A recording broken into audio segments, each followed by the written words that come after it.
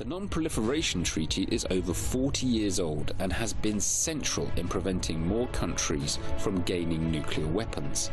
The treaty has many fans and signatories and has stood the test of time in a changing world.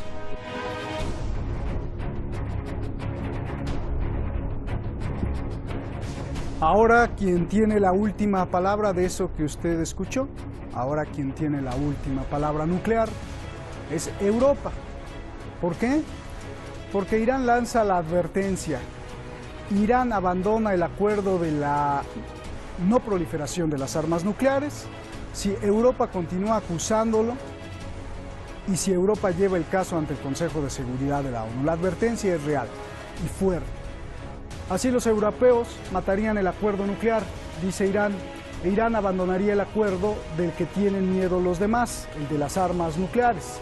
Estamos llegando a un camino sin retorno y todo esto, según Irán, por culpa de la cobardía de los europeos de ojitos azules, les llama el canciller Zarif. No es juego, esto es muy serio, porque ahora se habla de los acuerdos nucleares más importantes del mundo. Preguntemos qué está pasando y qué podría pasar. Soy Roberto de la Madrid y esto, Detrás de la Razón. Los europeos son esclavos de Estados Unidos, afirma Irán. ¿Por qué? El servilismo de Europa ante Estados Unidos es un desastre. Cualquiera que acepte el unilateralismo en realidad lo está ayudando. Los europeos nos llaman y dicen, lo sentimos, no podemos hacer nada. Los europeos no pueden ceder ante Trump y luego intentan actuar ante Irán como si fueran fuertes. Irán criticó a Reino Unido, Francia y Alemania por activar el mecanismo de disputas en el acuerdo nuclear. ¿Pero qué es este mecanismo? Es un término del acuerdo nuclear entre Irán y las potencias del mundo, que se activa cuando hay inconsistencias y discrepancias. Si en 35 días no se puede solucionar la disputa, la parte demandante remitirá el caso al Consejo de Seguridad de la ONU y, en su caso, decide si se le reimpone las sanciones mundiales a Irán.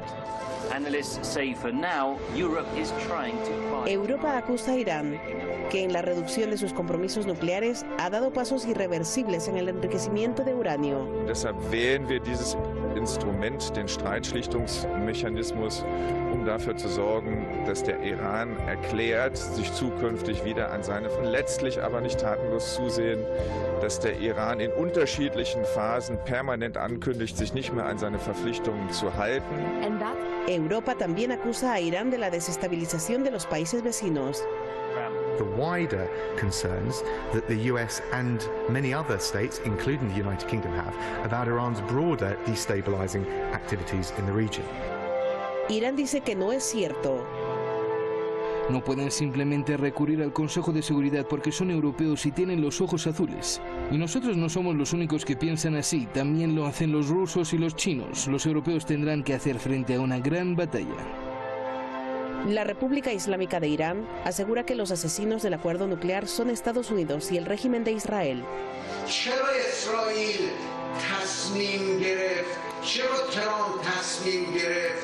چرا عربستان اونها رو کمک کرد؟ چرا دست به دست هم دادن که برجام رو ترور کنن؟ برای اینکه دیدن این برجام باعث رشد و حرکت ایران در منطقه و جایگاه ایران در کل منطقه. Si el mecanismo de disputa sigue su curso y es aprobado por el Consejo de Seguridad de la ONU, se reimpondrán todas las sanciones de las Naciones Unidas contra Irán. Y ahí Irán lanza una advertencia. Si la ONU hace esto, entonces Irán abandonará el Tratado de No Proliferación de las Armas Nucleares, aunque dicen que no quieren un arma nuclear.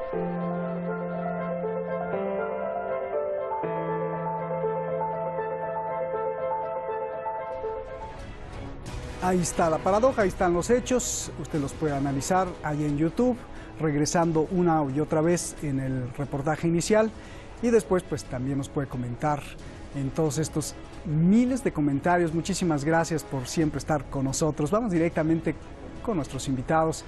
El maestro Eurico Campano, gran periodista allá en España, como siempre mi admiración, mi respeto y además pues estar feliz de que estén aquí. Axiera Muizarra, periodista, gran periodista también, maestro en periodismo. Gracias, Axier, gracias a los dos. Eurico, comienzo contigo. A ver, Bueno, les digo que tengo muchas preguntas, así que les ruego que sean breves en las respuestas. Eurico, Irán dice que los europeos son prácticamente unos esclavos de Estados Unidos. ¿Qué piensas tú, que además eres europeo? Bueno, yo que soy europeo, muy buenas tardes, Roberto, y gracias como siempre por tus amables palabras. Sabes que el cariño, el respeto y la admiración es mutua. Gracias. Yo que soy europeo, soy español, y que además pues he tenido el honor de asesorar a algunos políticos que viven y trabajan en Bruselas y en Estrasburgo. Debo decir que estoy francamente decepcionado, y no es la primera vez que lo digo en esta mesa, ante el papel absolutamente inane. Hay una palabra en castellano que a mí me encanta, que es inane, es decir, la inacción absoluta, la impotencia de la Unión Europea, de las instituciones europeas y de las grandes naciones europeas con más de 20 siglos de historia, no como tales como las conocemos hoy en día, pero en fin, Europa pues es una gran entidad. Alemania, antiguamente Prusia, el Reino Unido, Francia, Italia, España, todas esas grandes naciones absolutamente arrodilladas ahora mismo ante el gran hermano norteamericano, el tío Sam, como le conocíamos, no sé si despectivamente o al menos críticamente, en las décadas en las que éramos muy jóvenes, ¿no? Y teníamos ese fervor antiimperialista que luego los años pues te van, digamos, limando, ¿no? Pero estoy francamente decepcionado. A mí me hubiera gustado, dije aquí hace meses, en varios de tus programas, en varios Detrás de la Razón, que me gustaría ver que Europa sigue teniendo sangre política en las venas, ¿no? Que sus pueblos y que sus gobernantes siguen manteniendo no ya una independencia de los Estados Unidos, sino por encima de todo, aparte de una dignidad también, una preponderancia, una preeminencia en el orden mundial que indudablemente no tienen. Hay razones económicas que a nadie se les escapan ni se le ocultan, y lo cierto y verdad es que estoy convencido de que en parte quiero, a pesar de todo, soy europeo, quiero ser, alguien me acusará de buenista, pensar que parte de esa atadura de manos pues es precisamente por conveniencias o por intereses políticos, y no porque en realidad no sepan que en este caso, desde luego, la justicia y el derecho internacional no están del lado de los Estados Unidos, o mejor dicho, como a mí me gusta decir, no están del lado de la actual administración norteamericana, de Donald Trump, porque Estados Unidos no es malo per se. En Estados Unidos hay 300 millones de personas, muchas de ellas extraordinarios ciudadanos, gentes que no están de acuerdo con la política trabiliaria de Donald Trump, pero lamentablemente están dirigidos no de mala manera, sino de una forma errática por alguien, por un piloto que no sabe muy bien dónde va, que improvisa y que nos puede llevar a todos al borde del caos y de la catástrofe. Termino esta primera intervención diciendo que es lógico que Irán vaya dando los pasos que va dando. No me gusta ese lenguaje diplomático agresivo de los ojos azules, porque son referencias étnicas que a mí, confieso, que no solamente no me gustan, sino que me recuerdan a etapas absolutamente horribles de la historia de la humanidad, y no me gusta escucharlas ni de un lado ni de otro. Pero sí creo que Irán está en su derecho de tomar las acciones paulatinas, como lo viene haciendo desde que Trump unilateralmente rompió este acuerdo, para bueno, pues hacerse respetar ante la comunidad internacional como una gran nación, como lo que es, y poner pie en pared para no ser abusado y para no ser atropellado. Sí. A ver, bueno, pues eso, ya que los tocaste, Axier, dijo el canciller serviles. Esto es muy grave, ¿no? Serviles, no solo esclavos, serviles. Los europeos al servicio de Estados Unidos, ¿es así como en Europa se ven las cosas? ¿Son esclavos de las decisiones de Estados Unidos, Axier? Yo creo que además mi compañero Eurico ha lanzado un mensaje de arriba hacia abajo, y yo voy a hacer lo siguiente, voy a lanzar un mensaje de abajo hacia arriba. La imagen de serviles, o de que la población europea o los dirigentes europeos, que es bien diferente, es lo que piensa la mayor parte del ciudadano europeo de a pie, ¿no? Todos creemos que nuestros dirigentes viven sumisos a las órdenes y dictámenes, y sobre todo falta de política común y sobre todo política estratégica de Estados Unidos, y más concretamente de la falta del valor común que tiene Donald Trump. Precisamente un día, este 27 de enero, que recordemos que hace 75 años, era liberado el campo de concentración de Auschwitz. Pero ¿saben ustedes quién liberó el campo de concentración de Auschwitz? Pues fue el ejército rojo, el ejército soviético, de la Unión Soviética, que liberó. Y hoy en día Europa aún piensa, aún cree que fue Estados Unidos. Esa visión vivimos tan debajo del yugo de Estados Unidos, que muchos europeos, muchos ciudadanos europeos, ni siquiera saben que esa fecha que estamos conmemorando hoy, el Día del Holocausto, pues también tuvo que ver con la Unión Soviética, y hoy en día lo tenemos totalmente olvidado, donde pensamos que la historia se reescribe según los dictámenes y según los renglones que nos hace Estados Unidos. Por eso digo que además vivimos en ese complejo de inferioridad, complejo servil, y sobre todo bajo las órdenes, bajo el yugo de un país, en este caso un presidente que se encuentra a miles de kilómetros, que no pisa territorio europeo y que no vive en Europa y no sabe cómo vivimos los europeos y nuestras necesidades. Y que a veces se le olvida la historia, o bueno, ni siquiera la conoce. O la reescriben. Oye, Eurico, a ver, el canciller de Irán acusa a Europa de no hacer nada frente a las sanciones de Donald Trump, pero también, pues, como que el canciller de Irán a lo mejor peca de inocente, o como si hubiera amanecido el día de hoy, porque ¿qué tanto puede hacer el gobierno de Europa cuando son las corporaciones las que ya desde hace muchas décadas son las que mandan, y las corporaciones son mucho más poderosas que cualquier gobierno en el mundo, es decir, el poder del dinero? ¿Qué podría hacer el gobierno de Europa frente a las grandes corporaciones que manejan la economía de los propios europeos, de los propios estadounidenses? Entonces, pues, no sé, a ver. Pues has puesto el dedo en la llaga, porque efectivamente ni siquiera Trump, por simplificar mucho y hablar casi en un lenguaje infantil, es el hombre que más manda en el mundo mundial, pues no. Ni siquiera Trump, y por supuesto todos los gobiernos europeos, están sometidos a lo que tú apuntas muy inteligentemente y muy acertadamente, que son esas grandes corporaciones. Yo quiero pensar que a estas alturas prácticamente todo el mundo sabe que el gran gobierno mundial en la sombra no está en la Casa Blanca, sino, tú no las has citado, yo puedo citar algunas. Hay muchas más. Goldman Sachs, no Goldman Sachs, como decimos los españoles, que por regla general tenemos un deficiente nivel de inglés. Goldman Sachs, BlackRock, por dar dos ejemplos, ¿no?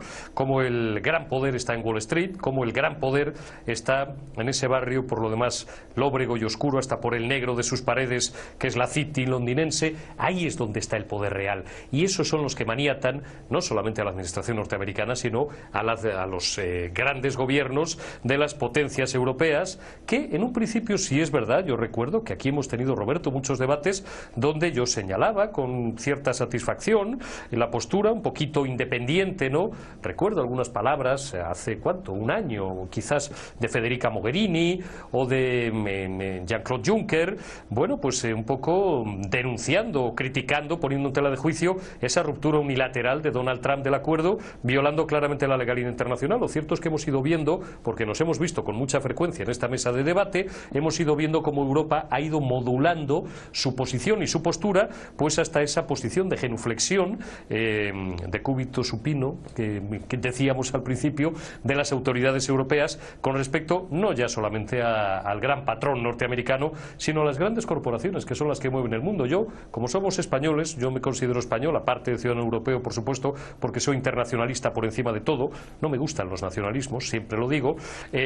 Podría poner ejemplos, y en Francia y en Alemania, pues también de grandes corporaciones españolas, que no citaré, cuyo 5%, cuyo 10% ni siquiera está en manos ya de inversores o de los consejos de administración de esas empresas, sino de los nombres que acabo de citar. Llega un fondo como BlackRock, que es el mayor tenedor de renta fija del mundo, o llega Goldman Sachs y de repente pues se compra un 6 o un 7% de una operadora telefónica, de una gran operadora española o francesa o italiana. ¿Cómo no van a mandar? ¿Cómo no van a someter, por supuesto, a los pueblos, pero a las principales autoridades europeas, muchos de los cuales, ministros y mandatarios, terminan en los consejos de administración de esas grandes empresas? Ese sería, nos llevaría a otro debate, pero un programa también bien bonito y bien interesante, ver esa coyunda absolutamente obscena entre el poder político y el poder económico, que al final es lo que delinea, por hablar en términos arquitectónicos, las grandes líneas de la geopolítica mundial, y a eso estamos sometidos los pueblos. Bien.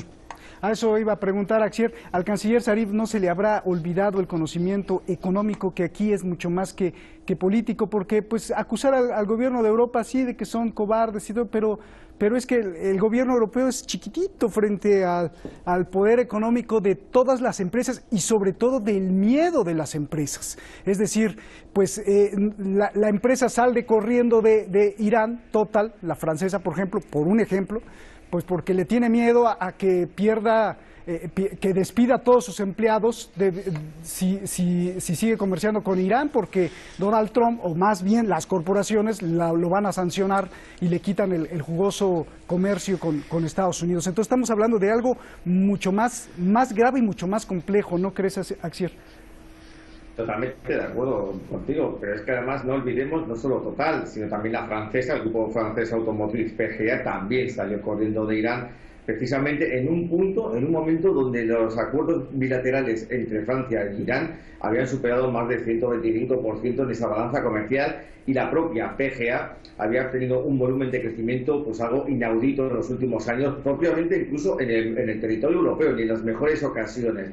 Antes decías, además, que el gobierno europeo es un gobierno muy pequeño. Sí, es verdad, es un gobierno pequeñito, pero esconde una cosa, que está formado por 27 gobiernos que son fuertes y son gobiernos grandes, que es lo que ocurre, ¿no? Cuando una serie de países o una serie de elementos se juntan es para hacer y unirse en pos de un mecanismo superior y más grande, ¿no? Lo vimos en el BRICS, por ejemplo, que ellos sí que consiguieron un volumen muy alto y ser un negociador de gran profundidad y con gran fuerza.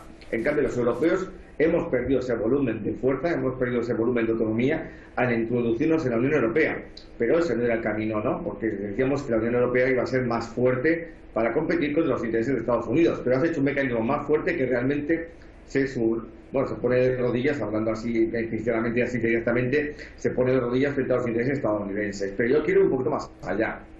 Yo no apostaba tanto por las grandes corporaciones en este momento, que sí que tienen razón, sino digamos que esto ya es más que nada un objetivo personal de Donald Trump, porque las propias corporaciones no buscan un interés tan económico ni tan mercantil en el ámbito de Irán, ¿no? En el territorio iraní, en esa zona tan importante geopolíticamente hablando, no estratégicamente hablando, pero sí que tenemos que decir que esto se ha convertido en el campo de batalla principal de Donald Trump. Y no solo eso, no de las grandes corporaciones, sino de los socios corporativistas de Donald Trump, que es donde realmente han puesto su fijación en este foco. ¿Y sabes por qué lo están haciendo? Hablamos en este caso de Israel y de Arabia Saudí. Ya no hablo tanto de las corporaciones, que también, obviamente, sino estamos hablando de países. Y aquí, en este caso, Donald Trump sí que tiene mucho que decir, porque esa fijación que mantiene con la República Islámica no tiene que ver en base solo a la corporación, porque los corporativistas lo bueno que tienen y lo malo que tienen es que mientras sus intereses sean garantizados, siguen adelante, pero cuando sus intereses no están garantizados, enseguida cortan los flujos de distribución.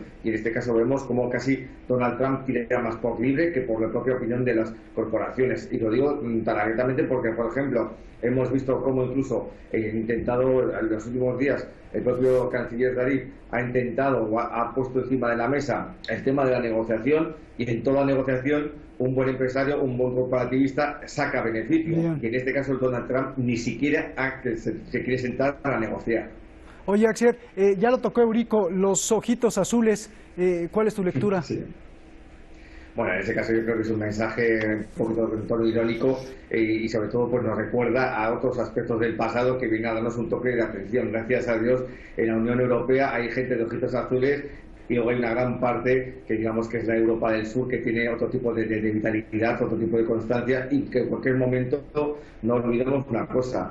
La Europa siempre está dividida a dos velocidades y en dos características, norte y sur. Nunca ha sido una entidad unida, y Donald Trump sabe que también es verdad, y también sabe que es verdad. Por eso está lanzando un mensaje a cada uno de sus públicos, obviamente, para que los ciudadanos europeos se levanten. Por eso decía que esto es un mensaje más de abajo arriba que de arriba abajo. Zarif está intentando interpelar a la conciencia europea para que realmente se ponga de pie y luche por sus propios intereses. Le está recordando que hoy es Irán, como anteriormente fue Siria, como anteriormente fue Libia, y como puede ser otra vez, como ya sucedió hace 75 años, más de 75 años, con 80 años, con la Segunda Guerra Mundial, la Gran Guerra Patria para los rusos, donde Europa fue el objetivo de Estados Unidos. Bien. A ver, Eurico, los europeos han activado este mecanismo famoso de las disputas. Los argumentos de los europeos es que ellos han respetado el acuerdo nuclear porque no le han puesto sanciones a Irán.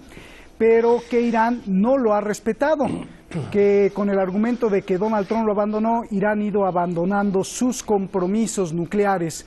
Y además ya están repitiendo muchos argumentos como que están muy preocupados. Escuché al ministro o al secretario de Exteriores del Reino Unido que están muy preocupados por la desestabilización que hace Irán en los vecinos.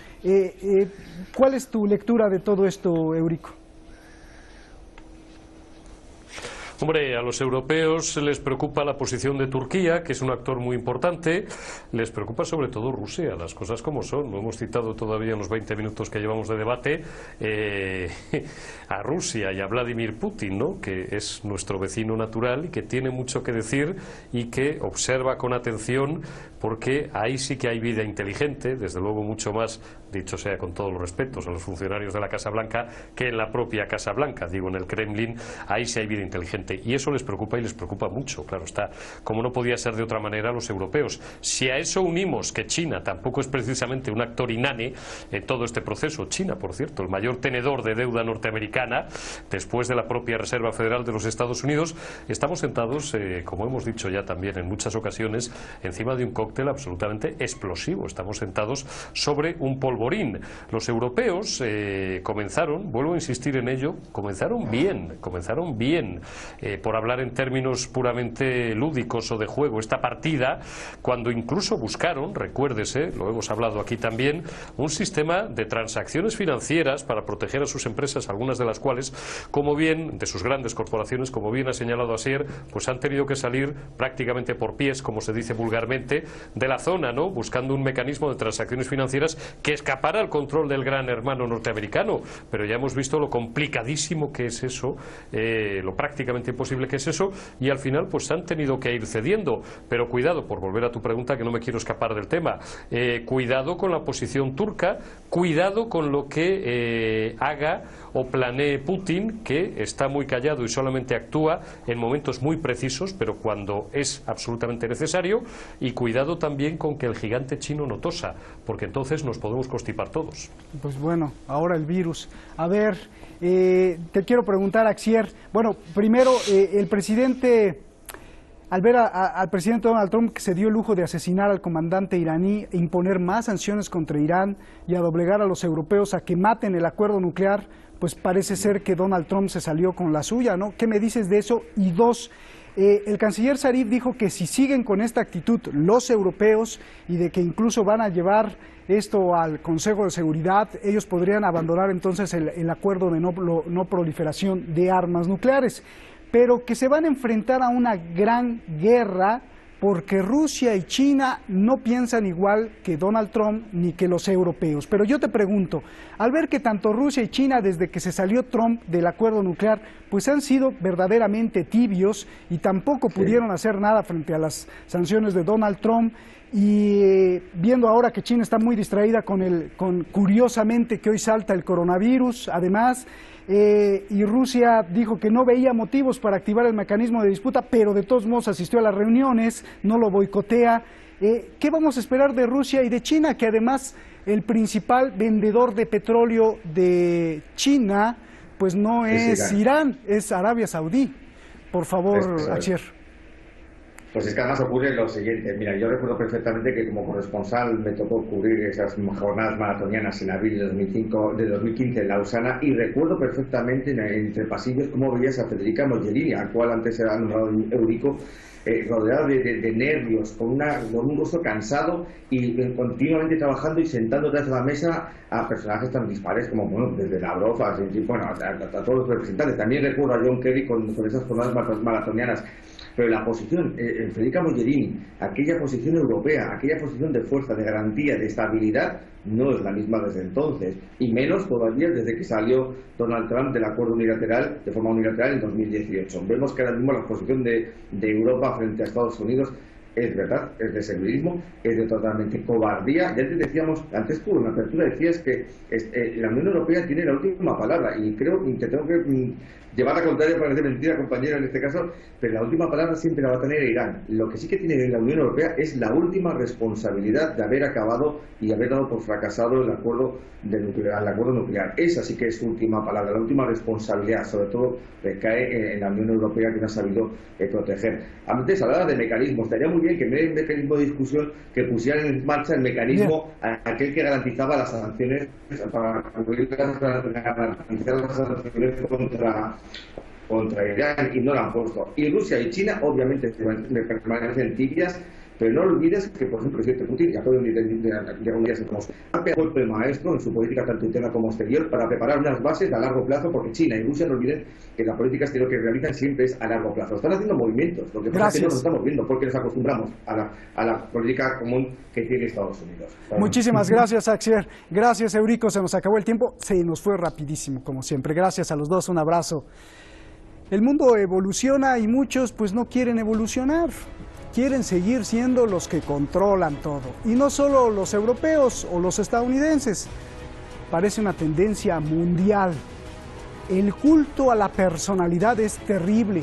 Fotos y estatuas de los estadistas y mandatarios por todos lados solo significan una cosa, póngase alerta, que el pueblo debe adorarlos, empezando por Donald Trump y luego en fila pues todos, Así parece que el mundo se enfila a una disyuntiva, regresar al atraso de la Edad Media o dar un salto cualitativo al respeto plural de las especies, de los seres vivos, al respeto de la gran diversidad de pueblos, creencias y religiones, para que entonces el mundo entre más o menos en un equilibrio, porque mientras tengamos a gente diciendo, o a gobiernos diciendo que ellos tienen la razón y más que la razón, y los otros no, entonces la guerra va a continuar. Buenas noches.